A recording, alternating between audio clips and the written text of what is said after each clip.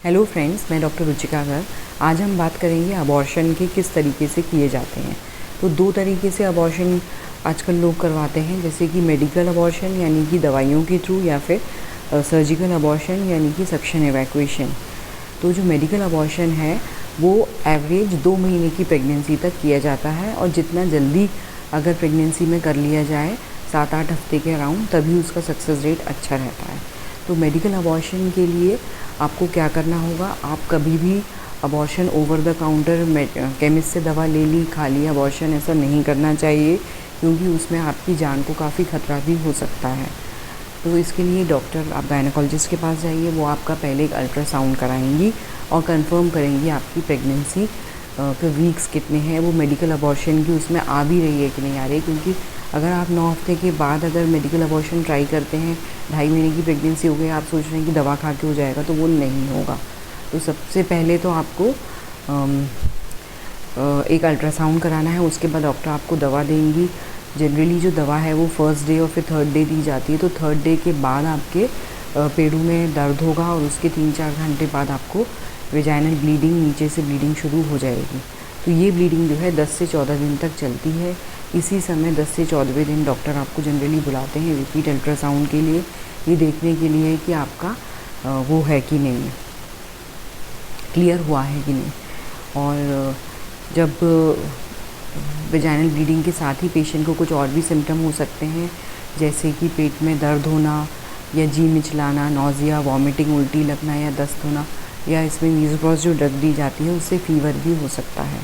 तो कब आपको डॉक्टर को फिर से दिखाना है, या आपकी गायनेकोलॉजिस्ट भी बताएंगी। उसके अलावा अगर आपको बहुत ज़्यादा सीवियर ब्लीडिंग हो रही है, ब्राइट रेड ब्लड रुक ही नहीं रहा है, 1-1 घंटे में पैड बदलने पड़ रहे हैं, तो आप तुरंत डॉक्टर के पास जाइए, या फिर ड्रग्स लें। ये मीज़ोप्रोस्ट और दवाई का किट लेने के बाद भी अगर आपकी ब्लीडिंग नहीं हो रही है, तो आप डॉक्टर को तुरंत दिखाइए। या आपको बहुत ज़्यादा पेन एब्डोमेन हो रहा है, पेट में बहुत ज़्यादा सीवियर दर्द है, तो आप डॉक्टर को दिखाइए। कभी कभी मेडिकल अबॉर्शन जो है सक्सेसफुल नहीं होता, तो उसके लिए फिर हम सर्जिकल यानी कि सक्शन एवैक्यूएशन करते हैं। उसमें आपको खाली पेट जाना होता है डॉक्टर के पास। 6 घंटे पहले आप कुछ भी न खाएं, मुंह से पानी भी नहीं लिया होना चाहिए। तो डॉक्टर आपका या तो रीढ़ की हड्डी में लगा के भी कर सकते हैं आपको सुन्न, या फिर शॉर्ट जीए पूरा बेहोशी भी दे सकते हैं, या फिर कभी कभी नीचे लोकल ही सुन्न करके भी डीएनसी करी जा सकती है। तो जो है कई बार सर्जिकल अबॉर्शन भी काफ़ी अच्छा रहता है, क्योंकि उसमें आपको ये 10-12 दिन तक ब्लीडिंग नहीं रहती है, ठीक है।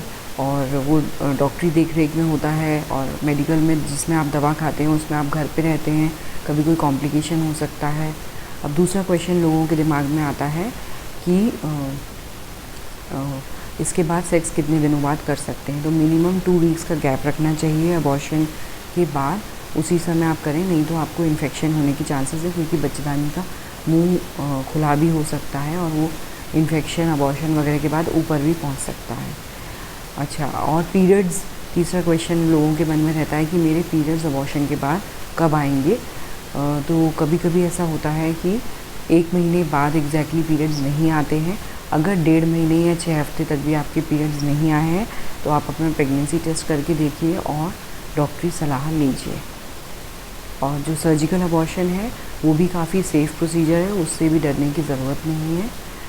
और थैंक यू।